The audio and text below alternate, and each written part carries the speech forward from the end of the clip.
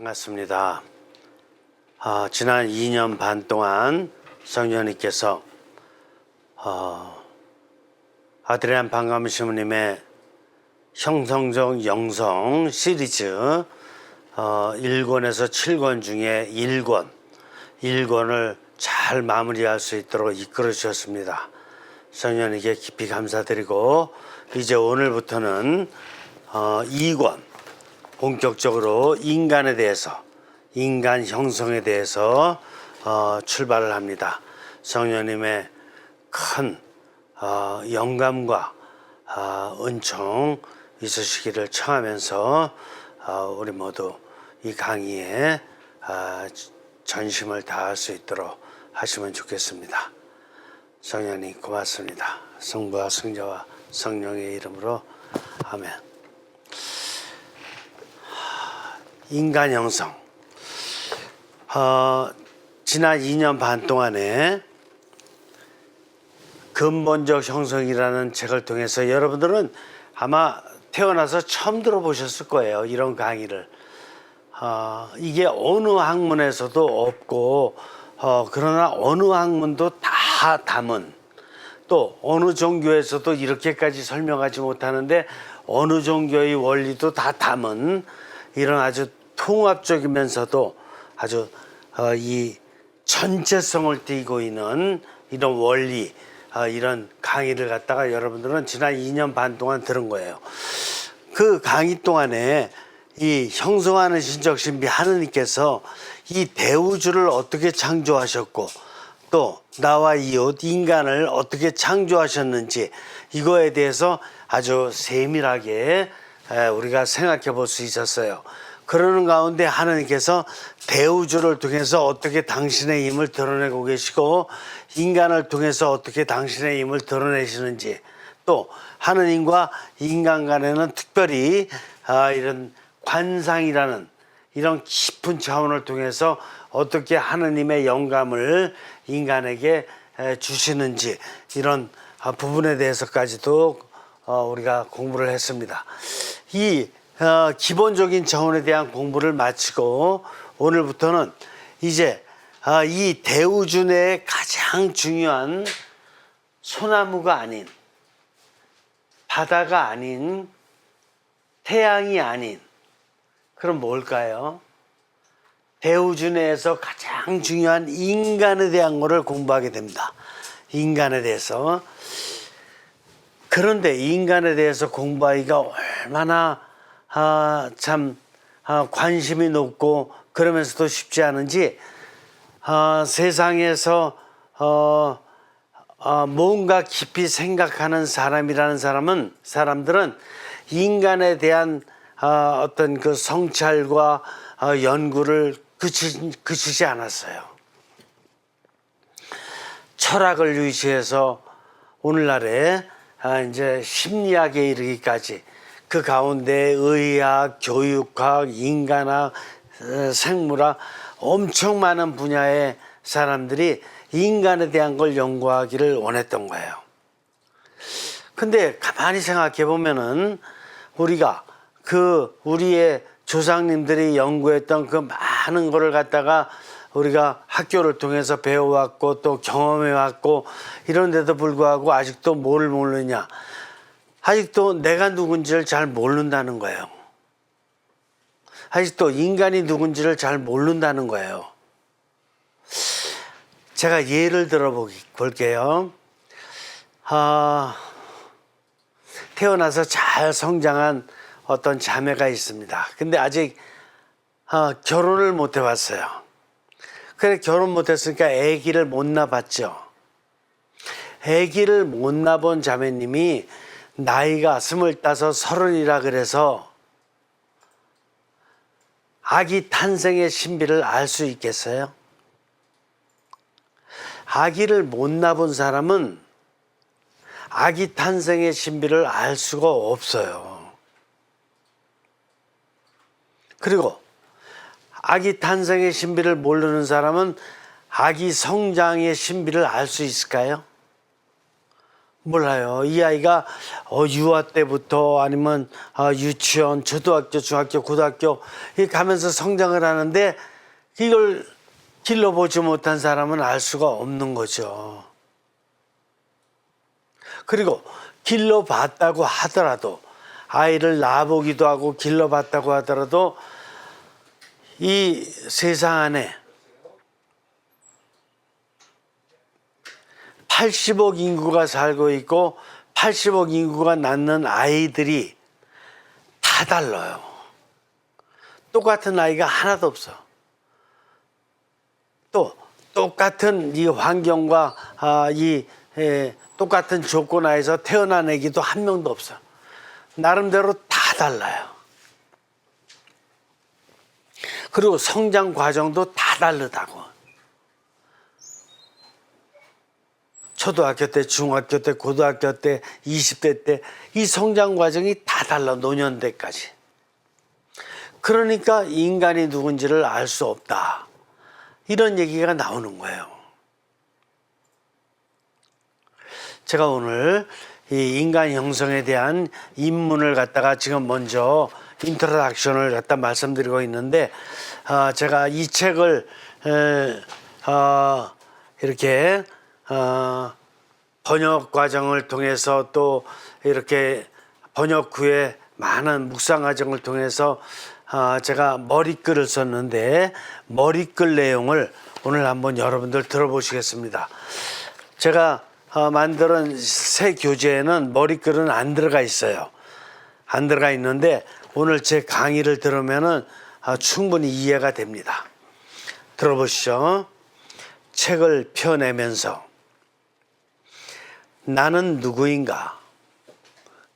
내가 꼴을 얻게 되는 형성의 장 속에서 나의 모습은 어떻게 나타나는가? 인간은 누구인가? 인간이 자기의 꼴을 형성해가는 인간 세상과 자연 속에서 육신적, 관계적, 역사사회적 맥락에서 인간의 모습은 어떻게 나타나는가? 우리가 이러한 질문을 거듭해 가면서 생명의 삼중 구조인 영과 정신과 몸을 갖춘 인간이 세상을 살아가는 동안에 형성하는 신적 신비인 하느님과 맺게 되는 다차원적인 관계와 인간과 문화의 다양한 성향을 경험하고 깨달아가는 기쁨에 적게 되는 것은 필경. 우리가 그와 같은 기쁨과 경외를 체험할 수 있도록 먼저 성향 지어져 있기 때문일 것입니다. 얘기를 이해하기가 좀 쉽지 않죠. 그러니까 내가 삼중구조를 갖고 태어났는데 이 삼중구조 간의 관계가 어떻게 되는 건지, 또 내가 이렇게 이 세상에 살고 있는 이웃과의 관계는 어떻게 해야 되는 건지, 또 이 세상 만물과의 관계는 어떻게 되는 건지, 또한 이 모든 것을 만들으신 하느님과의 관계는 어떻게 되는 건지. 그런데 이 모든 관계를 갖다가 느끼면서 생활하고 있는데 그 가운데서 기쁨과 행복을 느끼거든요. 그 기쁨과 행복은 어디서 오는 건지, 인간이 어떻게 기쁨과 행복을 느끼도록 이렇게 태어난 건지. 소나무는 기쁨과 행복을 느끼는 것 같지 않아요. 붕어도 기쁨과 행복을 느끼는 것 같지 않고 병아리도 기쁨과 행복을 느끼는 것 같지 않아요. 근데 인간만큼은 어렸을 때부터 나이 들 때까지 계속해서 기쁨과 행복을 느낄 수 있어요. 어떻게 돼서 그렇게 태어난 건지 참 묘하죠. 반감신부는 이것을 인간과 형성 전통이 긍정적으로 추호를 향할 수 있는 에너지로 파악할 수 있다. 이 기쁨의 원천. 기쁨과 행복을 인간만은 느낄 수 있는데 왜 그러는가 하면은 인간은 추호를 지향하고 있기 때문이다. 항상 초월을 원하기 때문에 인간을 제외한 다른 모든 만물들은 다 본능적으로 살다가 사라져요. 근데 인간만은 본능적으로 사는 것이 아니라 초월적으로 살아. 인간은 육신적으로도 초월하고 정신적으로도 초월하고 영적으로도 초월하면서 계속 초월적인 삶을 살고, 더더군다나 영은 하느님으로부터 영감의 은총을 계속 받아가면서 제2단계로 영적인 초월, 정신적인 영화된 정신, 영화된 육신으로 삼중구조를 계속 초월시키는 초월적인 차원을 살게 되는데, 그때마다 인간은 기쁨과 행복을 느끼게 돼 있어요. 초월을 느낄 적에 기쁨과 행복을 느끼는 거지, 초월이 아닌 퇴락, 초월이 아닌 타락, 이런 속에서는 기쁨과 행복이 없어요. 자, 좀 더 보죠. 인간은 유일무이한 존재이며 인간 각자의 삶은 반복될 수 없는 유일의적인 생이다. 인간은 유일무이한 존재이며 그렇기 때문에 유일무이한 삶이다. 그렇죠. 똑같은 인간이 한 명도 없어. 그렇기 때문에 태어날 때도 모든 조건이 다 다르고, 유치원 다닐 적에도 같은 유치원이라도 모든 조건이 다 달라. 전 세계에 초등학교가 많은데 같은 초등학교인데도 불구하고 다 달라. 환경이든 만나는 사람이든 거기서 체험하는 것이든 일어나는 사건이면 모든 게 다 그렇게 달라요. 이게 죽을 때까지 모든 게 다 달라. 개구리는 어떤 논에서 이렇게 태어났으면 그 논에서 벗어나지 못해. 기껏 해봐야 다음 논으로다 가는 것밖에 없어요. 옆에 논으로다가. 그리고 나서는 뭐 변하는 게 별로 없어요. 거의 다 똑같아. 소나무도 한번 산에서 그냥 뿌리를 내리고 태어났으면 그 산에서 죽을 때까지, 없어질 때까지 그냥 있는 거야. 근데 인간만은 안 그래. 온 세상 다 돌아다니면서도 얼마든지 새롭고 다양한 체험하면서 살아갈 수 있고, 그런데도 온 세상을 다 돌아다녀도 다 달라. 참 놀랍죠. 그렇기 때문에 참으로 헤아릴 수 없으리만큼 다양한 인간과 문화의 성향에 대한 연구를 시도한다는 것은 결코 쉽지 않다. 그래서 모든 이가 다 다양하기 때문에 다양한 인간과 문화, 다양한 인간과 문화 속에서 살고 있어요. 그러기 때문에 어려운 거야, 인간을 알기가. 유일무이한 존재로 태어났으면서도 불구하고 다양한 인간관계와 문화 속에서 살고 있기 때문에 인간 이해가 어렵다는 거예요.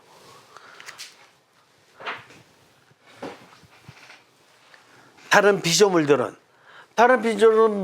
연구하는 만큼 그만큼 정확하게 연구만 됐으면은 이해가 잘 된 거예요. 된 거야. 알아들을 수 있는 거야. 근데 인간은 연구하는 만큼 그 이튿날 보면 또 변해 있어. 연구하는 만큼 또 변해 있어. 왜? 인간이 누구를 만났느냐, 어떤 상황을 갔다 왔느냐, 또 갔다 왔느냐, 하느님을 어떻게 만났느냐에 따라서 그 이튿날 완전히 바뀐다니까요. 이게 죽을 때까지 그래요. 태어나서부터 죽을 때까지. 그러니까 계속 바뀌고 그러니까 이해하기가 쉽지 않죠. 그래서 여러분들도 자신을 알기가 어려운 거예요. 오늘 나를 누구라고 이렇게 생각했더라도 내일 어떻게 바뀔지 알 수가 없다니까. 지금 아주 우리나라 남부지방으로다가 지금 화재가 엄청 많이 발생해가지고 큰 산불이 나가지고 이재민들도 많이 생기고 죽은 사람도 생기고 굉장히 어려운 역경을 겪고 있는데 연세가 80이 들으신 분도 있고 70 들은 사람도 있고 50 들은 사람도 있는데 다 집이 다 그냥 화재로다가 다 완전히 잿더미 돼버리고 말았어요. 그러니까 그 사람들의 모습을 갖다 지금 놓고 보면은 50살, 60살, 80살까지 살았던 그 모습하고는 다르게 그 모습을 찾아볼 수가 없어요. 그러면서 그냥 이제 앞으로 어떻게 사느냐. 절망 속에서 몸부림치고 있어. 근데 며칠 전만 해더라도 화재 나기 전에 이틀 전만 해더라도 이럴 줄을 몰랐어. 이런 사건이 다가온다니까요. 우리나라가 지금 전국적으로다가 국민들이 엄청 힘들어하고 있어요. 더더군다나 소상인들은 이제 임대료도 못 내고 그렇지 않고 또 식당에 밥 먹으러 오는 사람도 없고 기껏 먹어봐야 매일 라면 제일 싼 것만 먹으려고 하고 있고 이러고 그러니까 장사는 안 되고 임대료도 못 내고 그러니까 막 엄청 어려워. 이게 지금 갑자기 계엄령이 터져가지고 이렇게 된 건데 이 계엄이 일어날지 100일 전에는 몰랐던 거예요. 100일 동안 사람들이 막 지금 거의 대부분 서민층은 죽을 맛이에요 지금. 언론에 계속 보도되지 않습니까? 그러나 정치인들이라든가 일부 계엄을 일으켰던 사람들은 돈도 많이 쌓아놓고 있고 집도 있고 막 떵떵거리는 사람들이기 때문에 이 고통이나 어려움을 알지 못해요. 헌법재판소조차도 이 중대한 책임을 지고 지금 헌법재판관이 됐으니까 정말 이런 식의 빨리 이런 결정을 내려줘서 서민들의 어려움을 갖다 빨리 달래줘야 될 텐데 물론 나름대로 노력을 하겠지만 그 노력이 국민들의 지금 아픔에 비해 가지고는 지금 너무나 느려. 정말 서민들 진짜 다 죽고 난 다음에 해결을 해주려고 그러는 건지 뭔지 너무나 권력과 유착되어 있고 자기네들 계산법에 너무나 빠져 있는 것 같아요. 이런 일은 절대로 있어서는 안 돼요. 생명의 섭리이신 하느님께서 보시기에 계엄을 일으켰던 무리들이라든가 아니면 지금 이렇게 법을 전공했던 검사든 판사든 이런 사람들의 일부 잘못된 행위들을 하느님께서는 절대로 이걸 용납하지 않으실 것입니다. 헌법재판관도 지금 최대한 빨리 결정을 내려서 서민들의 아픔을 빨리 다시 일으켜주고 그리고 잘못된 자들의 이런 부정적인 반영성적인 행위들을 갖다가 처벌받고 이렇게 회개할 수 있도록 이런 길을 빨리 열어주는 것이 맞다 이렇게 생각을 하는 것이에요.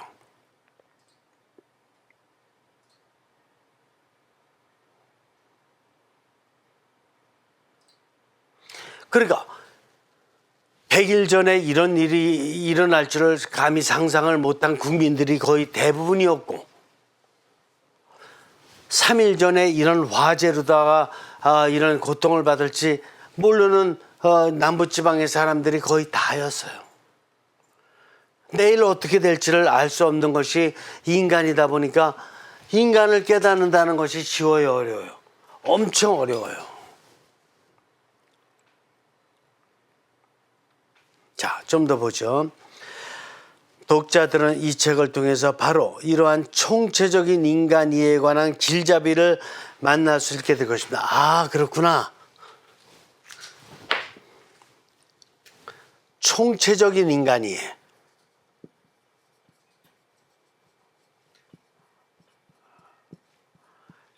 총체적이라는 게 뭐냐? 총체적이라는 게 그동안에 인간들이 인간에 대해서 관심을 갖고 연구했던 모든 분야의 학문들 대표적으로다가는 물론 철학 또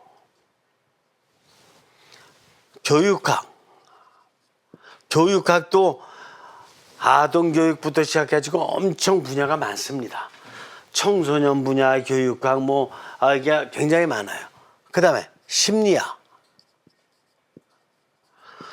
인간에 대한 의학, 의학도 한두 분야가 아니에요. 안과, 치과, 그 다음에 이비인후과, 내과, 신장내과, 내과도 여러 분야예요. 정형외과 엄청 많아. 이런 모든 분야. 또 인간에 대해서 많은 연구를 했던 신학들, 종교죠. 종교도 한두 종교가 아니야.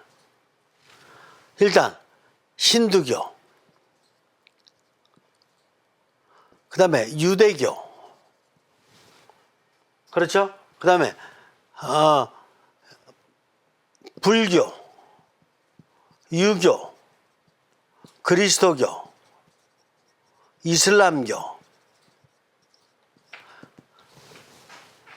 제가 왜 고등종교만 얘기하느냐? 사이비 종교, 신흥 종교들은 이야기할 저기가 없어요. 그런 원리와 그 준비를 갖추지 못했기 때문에 그런 건 얘기할 수가 없어요. 이렇게 수많은 학문과 신앙이라 그러죠. 신앙이 바로 인간을 이해하기 위해서 애썼던 거예요. 이 모든 것을 종합해서 총체적으로 인간을 이해한다는 게 쉬워요, 어려워요? 어렵지. 그거를 공부하겠다는 거예요.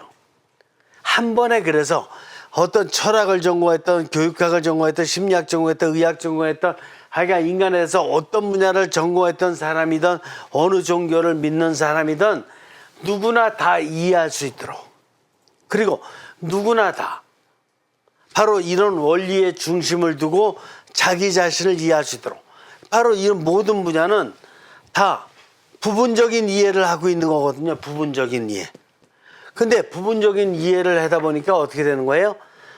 내가 연구한 부분만 중요하다 이렇게 생각을 해요. 또 다른 분야에 대해서는 알지도 못하면서 다른 분야를 좀 이렇게 경시한다든가 무시하는 경향이 있어요. 학문들끼리도 그렇고 신앙 안에서도 서로 간에 차등을 두고 이렇게 생각하는 경우가 있어요. 그런데 이 모든 것을 종합한 통합적인 원리가 나타나게 되면 자기 분야에서의 학문이든 신앙이든 배울 게 있겠어요, 없겠어요? 배울 게 있지. 그리고 타 분야에 대해서 비판할 수 있어요, 없어요? 못하지. 그렇죠. 오히려 타 분야에도 좋은 점이 있구나라는 걸 생각하면서 오히려 존경하게 되고 함께 협력할 수 있는 이런 자세를 갖게 되죠. 바로 이런 것들이 21세기에 진정 필요한 통합적인 학문이요, 통합적인 종교로서의 어떤 원리 정착이 필요한 것이다. 이렇게 보는 것이에요. 이해가 되십니까? 그런 관점에서 총체적인 인간 이해를 갖다가 할 수 있는 원리를 제시하겠다 이거예요. 여러분들 이런 거 공부해 본 적 없어요? 제가 이렇게 비단 지금 이렇게 한국에서 공부를 많이 하다가 도대체 인간 이해에 대한 문제를 풀 수가 없어서 미국 가서 형성화학을 공부하면서 풀었지만, 그리고 나서도 더 공부할 만한 게 있는가 해가지고 유럽 가서 유럽에 있는 학문이라든가 이런 거 다 라이브러리 가서 다 뒤져봤고, 근데 없고, 아시아에는 물론 당연히 부족하고 유럽 거 공부하고 있으니까. 자, 좀 더 보죠.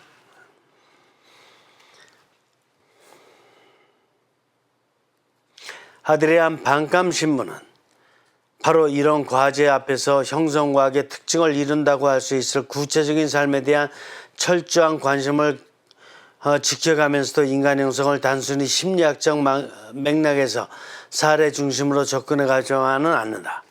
그러니까 아드리안 반감 신부님의 접근법 뭐냐? 구체적 삶. 구체적 삶에 집중하면서도 어떻게 한다는 거예요? 심리학적 관점에 집중하지 않는다 이거야. 심리학적 관점은 받아들여요. 또 철학적 관점도 받아들여요. 또 교육학적 입장도 받아들여요. 또 의학적 관점도 받아들여요. 그러나 어떤 하나의 이렇게 거기에 빠지지 않는다 이게요. 이해가 되십니까? 하나에 빠지는 그 순간에 이제 틀이 좁아져요. 폐쇄돼. 이 전체를 받아들일 수 있어야 된다 이런 뜻입니다.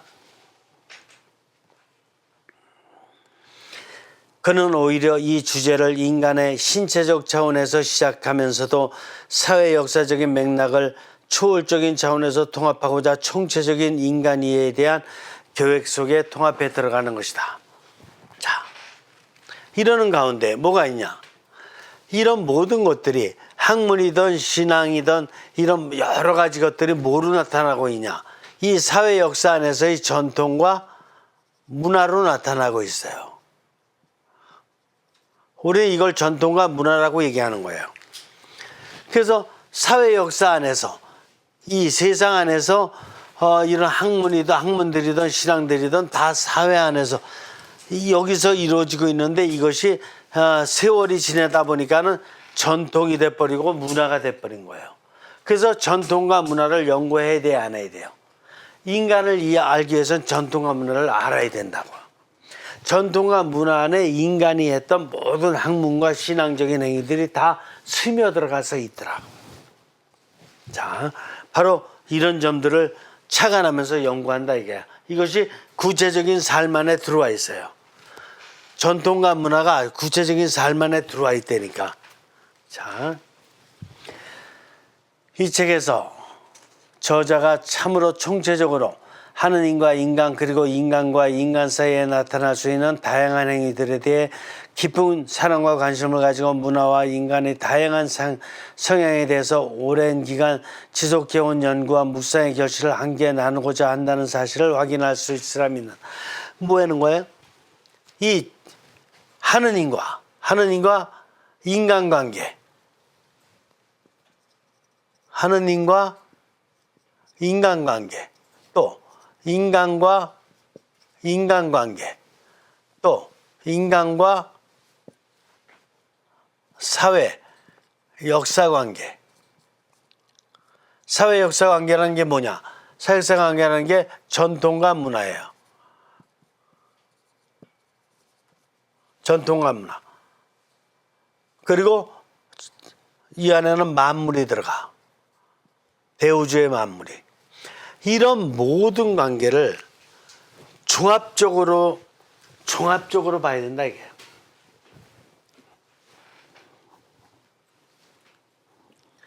그래서 이걸 종합적으로 다 보면서 어떻게 하는 거냐 하면은 이 모든 것을 원리, 그 학문적인 차원에서의 원리와 또 묵상.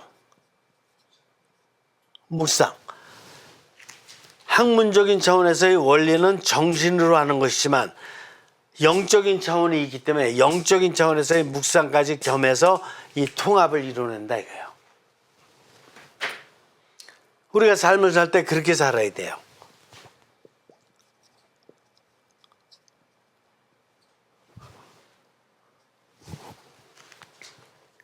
그래서 한편에는 이 모든 학문과 신앙들이 그동안 해왔던 걸 갖다가 정신의 원리를 가지고 원리적으로다가 일단 정리하는 게 있고, 또 하나는 이 안에는 보다도 깊은 차원에서 영적인 힘이 들어가 있기 때문에 묵상을 해가면서 그 영적인 힘까지도 포함해서 통합시켜야 된다. 그래야지 총체적인 게 된다. 이해하실 수 있죠? 자, 반감신문은 인간의 다양한 성향을 크게 두 가지. 그렇구나. 인간의 다양한 성향을 크게 두 가지로 나눈다. 하나는 형성적인 인정을 하는 성향과 반형성적인 외면하는 성향이다. 이거 굉장히 중요합니다. 형성적 인정 성향. 하나는 반형성적 외면 성향. 그래서 이 연구를 다 해보니까 인간은 결국 어떻게 살아왔냐 하면은 형성적인 진리를 인정하는 삶을 살아온 사람이 있고, 또 반대로 반형성적인 진리를 외면하는 성향을 살아온 사람들이 있다는 거야. 그럼 형성적인 인정 성향이라는 거는 어떤 사람들이냐? 쉽게 얘기해서 여러분들의 부모님, 또 좀 더 사회적인 차원으로 다 얘기해 본다 그러면 이순신 장군, 유관순 누나, 세종대왕, 그렇게 훌륭한 나름대로의 삶을 사회적 차원에서 살아온 사람들이 있어요. 그러면 반형성적인 외면 성향을 산 사람은 누구냐? 알잖아요. 묻지마 범죄 저지르는 범죄인들. 또 사회적인 차원에서도 다른 나라 침공이나 해서 이렇게 약탈해가는 토요토미 히데요시, 이토 히로부미, 히틀러, 스탈린, 이런 나치스나 파시즘적인 이런 전제 군주들의 삶, 이런 삶을 살아온 사람들은 반형성적 외면 성향을 산 사람이라 이거지. 그게 봤을 적에 두 가지로 나눠진다 이게. 뭐가 이게 중요해요. 성향이. 그래서 사는 사람 중에서는 좋은 성향으로 사는 사람도 있고 나쁜 성향으로 사는 사람도 있다라는 게 두드러지게 드러나는 거예요. 그러니까 인간이 좋은 쪽으로 살 거냐 나쁜 쪽으로 살 거냐는 뭐가 결정해 주느냐 하면은 눈이 결정해 주는 게 아니에요. 입이 결정해 주는 게 아니고 손이 결정해 주는 게 아니에요. 뭐야? 눈 안에 담긴 힘, 입 안에 담긴 힘, 귀 안에 담긴 힘, 손 안에 담긴 힘, 뭐야? 그 힘이 바로 뭐야? 성향이에요, 성향. 이게 성향의 힘이에요. 그래서 성향의 힘이 인간을 좋은 쪽으로 살 건가 나쁜 곳으로 살 건가 결정해 주는 거예요. 자, 좀 더 보죠.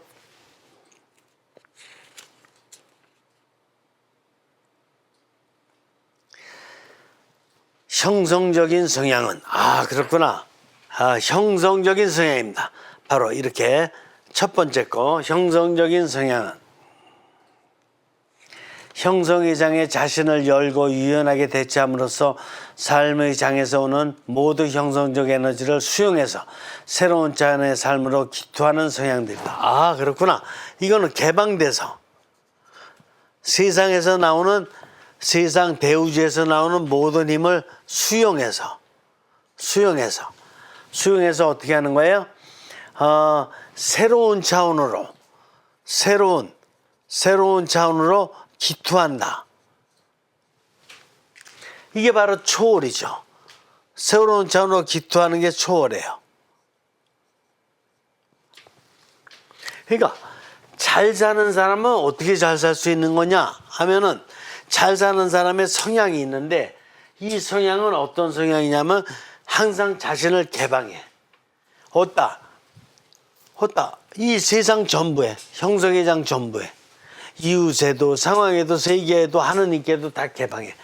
개방하니까 여기서 상황에서 들어오는 에너지도 많고 이웃에서 들어오는 거, 세계적인 차원에 들어오는 것도 많고 특별히 하느님으로부터 들어오는 에너지도 많아. 그러니까 그 모든 걸 수용해서 좀 더 새로운 초월적인 차원의 삶을 살아가는 사람, 그 사람이 바로 이런 형성적 성향을 가진 사람의 특징이다. 반형성적인 성향은 현재와 미래의 삶을 걱정하고, 그렇구나. 여기서는 걱정만 하는구나. 현재와 미래를 걱정하고 두려워하면서 폐쇄적인 삶을, 현재와 미래에서 걱정하고 두려워하기만 하면서 폐쇄적인 삶을 삶으로써 하느님의 뜻을 외면하고, 즉 진리를 외면하고 반형성적인 길을 향해 나가는 사람이다. 이건 어떻게 되는 거야? 새로운 기투로 나가는 게 아니라 오히려 퇴보적인 삶으로 가는 거야. 퇴보적인 삶. 이거는 새로운 차원을 외면해. 새로운 길을 외면.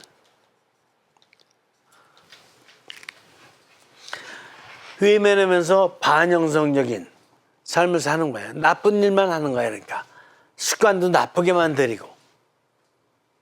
그러니까 여러분들 주변에서 보세요. 어린아이들, 여러분들 자녀들도 보세요. 자녀들 중에 좋은 성향으로 살아가는 자녀가 있지만 안 좋은 성향으로 살아가는 자녀들도 있죠. 성인들도 마찬가지고. 자, 이때 표출되는 다양한 성향들을 진술하려면 끝이 없을 것이다. 그래서 이 좋은 성향도 이것도 무수히 많은 다양하고, 또 나쁜 쪽의 성향도 다양해요. 그러니까 인간은 살면서 이 많은 좋은 성향과 나쁜 성향 중에서 어떤 거를 갖다가 내가 받아들이느냐에 따라서 인생이 결정돼.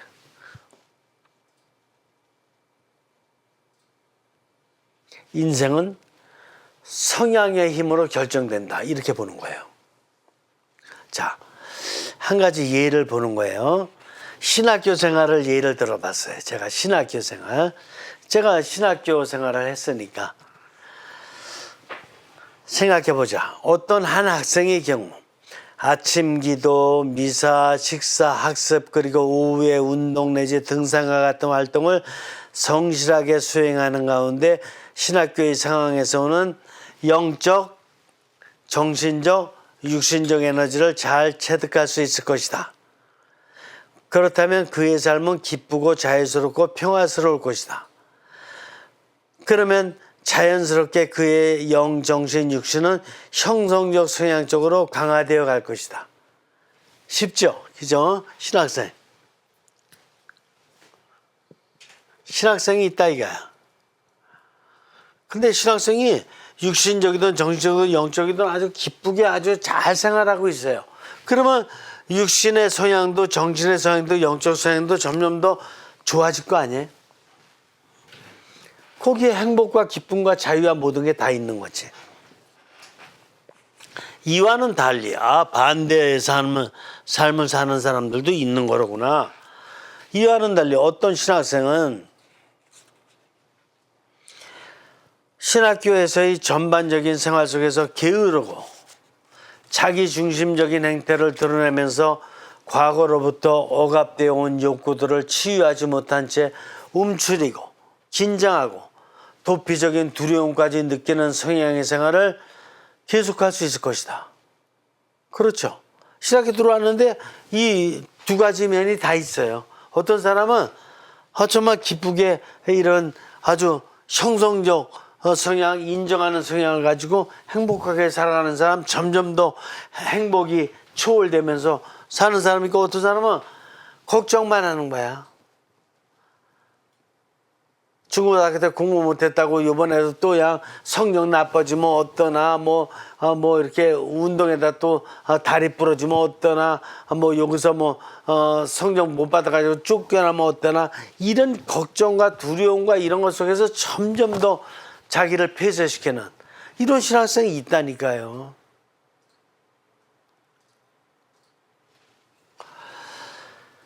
이런 경우에 그는 습관화된 일상과 불평과 불만, 주변에 대한 지나친 의식과 외면에 빠져들게 된다. 그렇죠? 그러면 뭐야?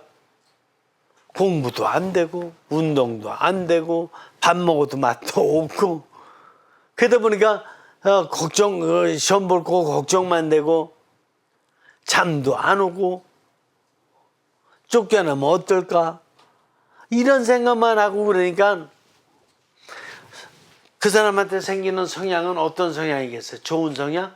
아니지. 매일 불평하고 불만하고, 그리고 어떻게 해서라도 그냥 요 위기를 좀 피할 수 있을까, 이런 이상한 어떤 나쁜 성향만 생기는 거지.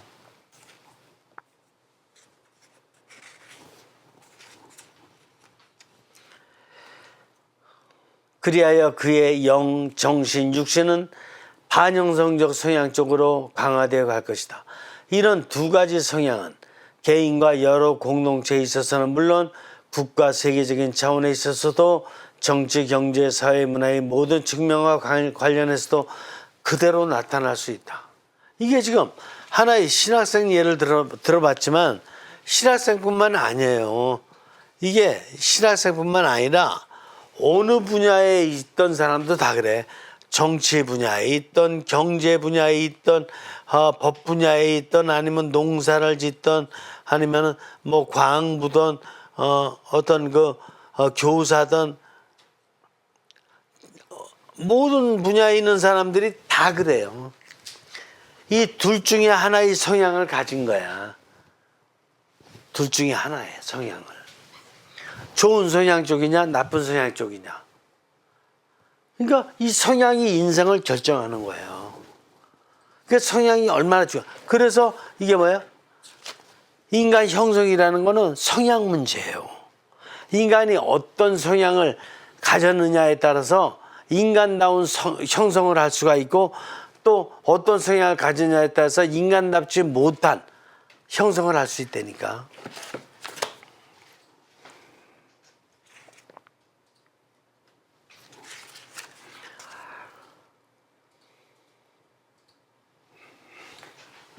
제가 지금까지 말씀드린 바를 여러분들이 저한테 강의 듣는 거에 끝나서는 안 돼요. 여러분들의 일생을 가만히 생각해 보면 여러분들은 태어났을 적에 하느님으로부터 육신과 정신과 영을 가지고 받아갖고 태어났어요. 태어났을 적에 이웃들이 있어요. 그죠? 부모님으로부터, 아니면 또 학교 다닐 때 교사로부터 많은 이웃들이 있어. 그리고 상황이 있어. 가정이 있으면 학교가 있고, 초등학교가 있으면 또 중학교가 있고, 중학교 있으면 고등학교가 있고, 또 사회가 있고, 백화점도 있고, 수영장도 있고, 굉장히 많은 사회가 있어. 이런 가운데 여러분들은 유일무이한 존재로 태어나서 여러분들이 누군지 아는 분은 하나님밖에 안 계셔. 여러분들을 태어나게 해준 부모님조차도 몰라. 자기가 애 낳았다 그래서 이 애가 어떻게 될 건지 아는 부모님은 우주상에 아무도 없어요. 이 아이가 어떻게 될지, 어떻게 자라날지 어느 누구도 몰라. 왜? 하느님이 심어주신 이걸 밑형태라 그래. 밑형태의 에너지예요. 밑형태, 인프라폼.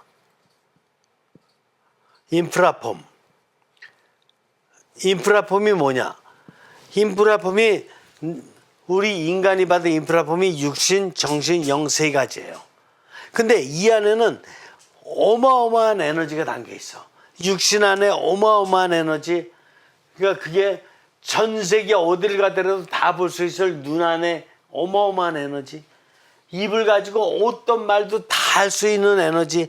뭐 철학, 교육학, 심리학, 의학, 힌두교, 유대교, 불교, 유교, 뭐 뭐든지 다 얘기할 수 있는 입의 에너지. 또 정신 안에도 생각할 수 있는 어마어마한 에너지가 있어. 모든 학문과 종교도 다 할 수가 있고, 어떤 인간도 다 만나서 대화할 수 있고, 이 어마어마한 에너지가 있어.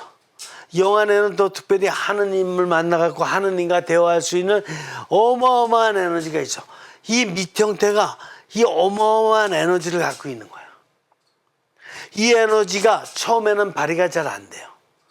유아 때는 이제 부모님하고나 조금 만나고 가정에서나 조금 일으키고 그러더니 초등학교 들어가니까 점점 더 육신과 정신의 활동 반경이 넓어져 가고, 이제 중학교, 고등학교, 대학교를 갔다 가보니까 이게 육신, 정신, 영의 활동이 활발해지니까 세상에 있는 어떤 것도 다 만나서 생각할 수 있고, 이렇게 내가 연구할 수 있고, 모든 게 다 가능한 그 정도의 무궁무진한 에너지를 갖고 있는 거야. 육신, 정신, 영이. 이걸 가지고 몇십 년 동안 살아왔던 거예요. 근데 그런 가운데서도 내가 사는 곳하고 상대방이 비슷한 것 같지만, 같은 나라에 태어나고 같은 지역에 태어나고 같은 학교 다녔고 비슷한 것 같지만 어마어마한 차이가 나. 내면을 들어가 보면 어마어마하게 다른 삶을 살아왔어요. 그러니까 이 세상에는 그렇게 다른 사람들이 만들어 놓은 다양한 인간상, 다양한 문화와 전통이 무수히 널려져 있어요. 이런 거를 갖다 만나면서 내가 생활해 온 거야. 그러는 가운데서도 총체적으로 다 정립하지를 못했어. 이 다양한 인간들의 삶이 만들어 놓은 전통과 문화를 통해서 전체적으로다가 이게 경험을 하면서도 이게 지금 어떻게 살아가고 있으며 어떻게 살아가야 될 것인지 이거에 대한 종합적인 이해를 했어야 못했어요. 못했지. 그래서 다른 분야의 학문을 만나면은 좀 쪼들리게 되죠.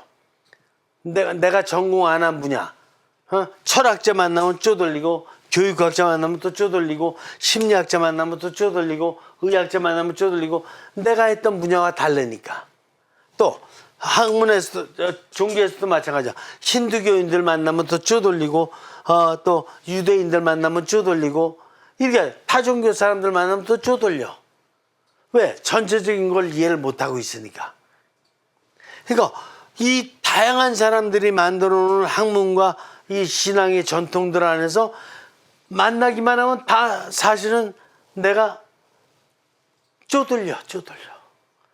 잘 모르니까. 그렇죠.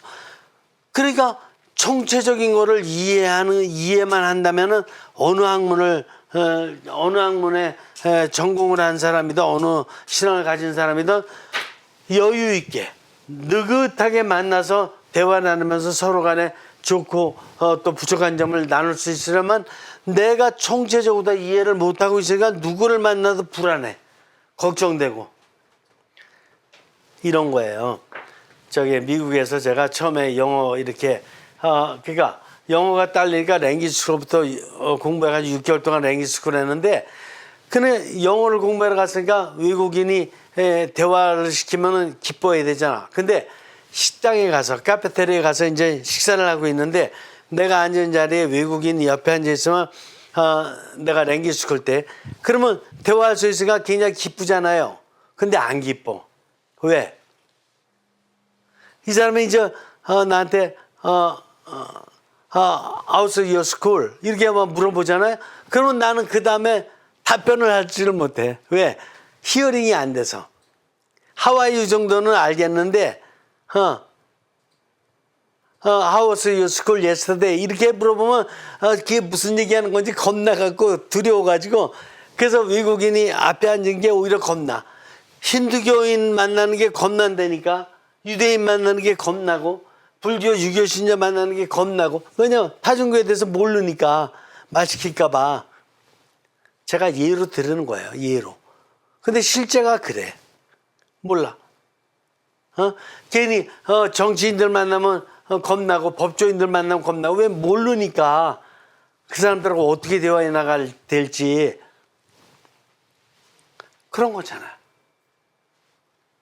그래서 우리는 총체적인 것을 이해하기를 갖다가 속으로다가 사실은 간절히 바라고 있었던 거예요. 이 사람들 모두 이 어떤 학문을 전공했던 어떤 신앙을 가졌던 이 사람들에게 공통된 게 뭔지 알아요? 공통된 게 이 사람들 둘 중에 하나의 성향을 갖고 있다는 거예요. 하나는 형성적인 좋은 성향을 갖고 있고 또 하나는 반형성적인 나쁜 성향을 갖고 있다는 게 공통점이에요. 공통점. 그러니까 이거를 알고 있으면 이제 얼마든지 대화에 나갈 수가 있게 되는 거예요. 여러분들이 이거를 갖다가 이제 앞으로도 한 2년 정도 걸리겠지만은 이 공부를 하고 나면은 온 세상 누구를 만나든 어느 분야의 사람, 어느 종교 사람 누구를 만나든 여러분들은 뭐가 생길까? confidence. 자신감이 생기게 될 거예요. confidence.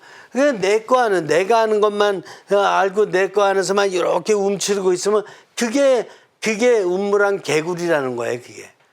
그게 다람쥐 쳇바퀴 돈다라는 게 그 얘기예요. 바로 그런 삶에서 벗어나서 내가 다람쥐 쳇바퀴가 아니라 코끼리를 만나든 사자를 만나든 호래기를 만나든 심지어는 막 고래를 만나든 뭘 만나든 다 이렇게 함께 이렇게 기쁘게 이렇게 느낄 줄 알고 기쁘게 함께 지낼 줄 알고 이런 공동 형성을 갖다가 알아들어야지 될 거 아니에요. 인간으로 태어나서 기껏해야 우물한 개구리 같이 살다가 죽는다면 무슨 의미가 있냐 이게요. 이거 내 것만 알으면, 내가 전공했던 거, 내가 관심 가졌던 거 하나만 알으면 그게 학문이든 종교든 그게 폐쇄된 거지 뭐예요. 이해하면 전체를 알 수 있는 길이 있다니까요. 이 길을 갖다가 놓쳐서는 안 되죠. 여러분들에게 바로 이런 기회를 드리고자 제가 강의를 하고 있는 것이니까 여러분들이 알아서 여러분들 삶을 잘 점검하기를 바라요. 그래서 여러분들이 총체적인 인간이에 어떤 학문이든 신학이든 이걸 다 경험하라는 게 아니야. 경험 안 하고도 알 수 있는 길이 있으니까. 이런 성향에 대해서, 인간 성향에 대해서 공부하면서 여러분들이 바로 이런 모든 인간이 하고 있는 모든 일에 대해서 자신감 있게 잘 이해하면서 아주 자유스럽고 이렇게 자신감 넘치는 이런 인생길을 살아갈 수 있기를 바라는 것이에요. 제가 이게 오리엔테이션을 1시간 좀 더 해야 되기 때문에 일단은 여기서 마치고 다음 주에 제가 연이어서 또 공부하도록 하겠습니다. 마무리 기도하죠. 성부와 성자와 성령의 이름으로 아멘. 성령님 고맙습니다. 저희들을 체계적이고 단계적으로 잘 이끌어 주셔서 인간이해를 통합적으로 할 수 있는 은총을 주시기 바랍니다. 고맙습니다. 성령님. 성부와 성자와 성령의 이름으로 아멘. 수고하셨습니다.